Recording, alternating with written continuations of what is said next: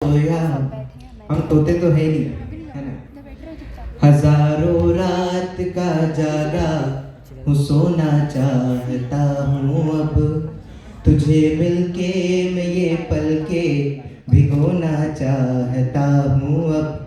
बहुत ढूंढा है तुझको खुद, मैं इतना थक गया हूँ मैं, कि खुद को सौंप कर तुझको मैं खोना चाहता हूँ अब। कुमार विश्वास जी की ये लाइनें जब सुनता हूँ तो मुझे मेरी एग्जाम्स याद आ जाती है। Hi, my name is Anuj Bhavsar and I am a CA student. तो मेरा इंट्रो बस इतना ही है, क्योंकि सीए स्टूडेंट जब मैंने बोला तो मेरे हालचाल आप सभी को पता चल ही गए होंगे। तो ये जो मौसम है ना, ये थोड़ा प्यार वाला मौसम है, और प्यार हर जगह होता है, हमारे इस कोर्स में भी होता है। बस थोड़ा धीरे, थोड़ा रुक रुक कर और थोड़ा अमेंडमेंट्स के साथ। और हमारा जो कोर्स है ना, हम जानते हैं कि हमारा जो कंट्री है उसमें बाहर की बहुत सारी कंपनियां यहाँ पर आ रही है अपना बिजनेस लेकर, और वो उसका रीज़न ये है कि यहाँ पर एक चीप लेबर मिल जाता है, एक सस्ता एम्प्लॉयमेंट। लेकिन ना, वो सस्ता एम्प्लॉयमेंट की जो बहुत बड़ी कम्युनिटी है उसके नीचे भी एक समाज आता है, वो ये रहा हमारा सी आर्टिकल्स का। मतलब यहाँ पर अगर कोई सीए है तो मैं उनसे पूछना चाहता हूँ कि सीए में भगवान का कोई डर नहीं है, या तो फिर भगवान के साथ बातचीत करने कोई अलग सा प्रोविजन बनाया हुआ है। क्योंकि इतना रिटर्न ऑन इन्वेस्टमेंट, एक आर्टिकल को 2500 रुपए देकर उससे लाखों का काम करवा लेना, इतना रिटर्न ऑन इन्वेस्टमेंट तो क्रिप्टो पर भी नहीं मिला आजकल किसी को।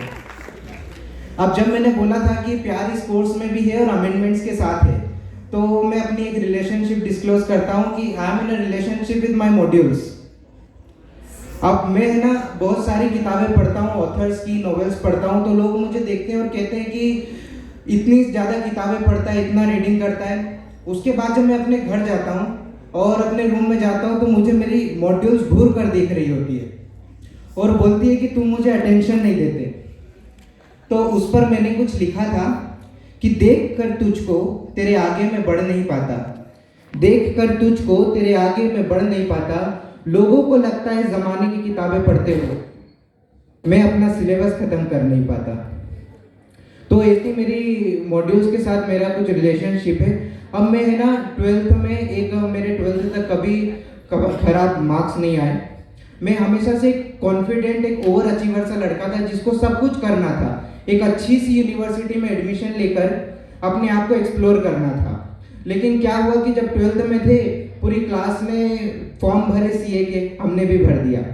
अब उसमें से कुछ पास हो गए, हम यहाँ खड़े हैं और बाकी सब बाहर हो गए। अब हुआ कुछ यूँ कि मैंने एडमिशन भी एक यूनिवर्सिटी में लगभग ले लिया था, फिर आया कोरोना।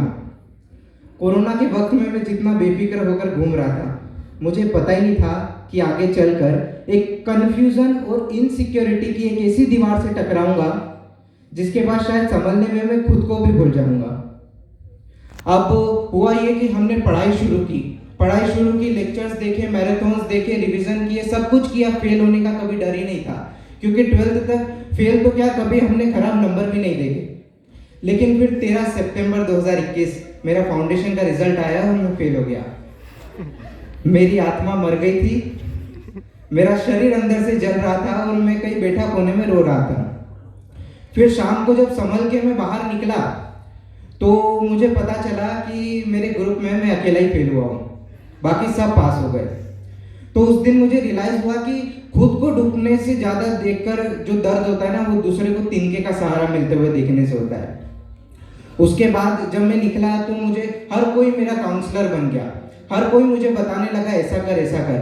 बस कुछ ही थे जो आए थे और पूछा था कि क्या बात है, कैसा महसूस कर रहा है, और उनमें से कुछ ही है जो सुनना चाहते थे कि भाई कैसा है। तो मैंने उस दिन को याद करके 2 लाइन लिखी थी कि आंखों में जज्बात लिए, होठों पे खामोशी छाई है, जिन्होंने आंखों से सुना था हमको, मेरी आंखों ने बात बताई है।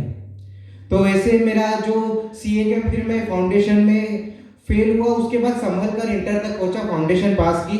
इंटर में अब मैंने अपने सीनियर से गाइडेंस ली। गाइडेंस सीनियर, अब है ना, मैं आप सभी से पूछता हूँ, अगर आपके कोई जूनियर है तो क्या आपने कभी अपने जूनियर को स्पोर्ट्स के बारे में डराया है?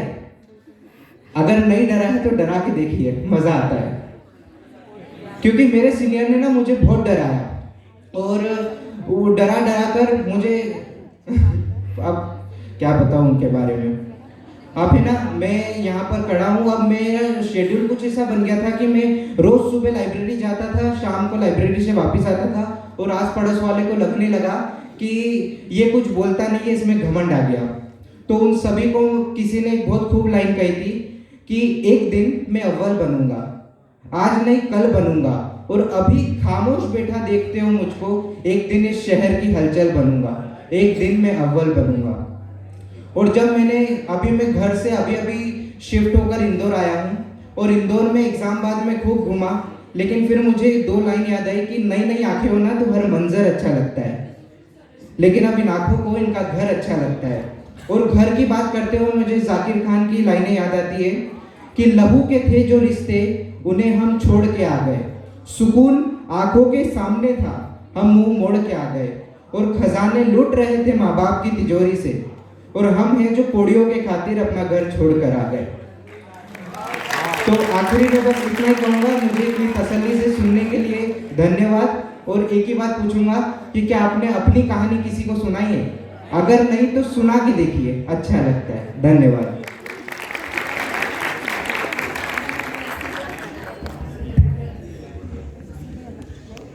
I would like to call now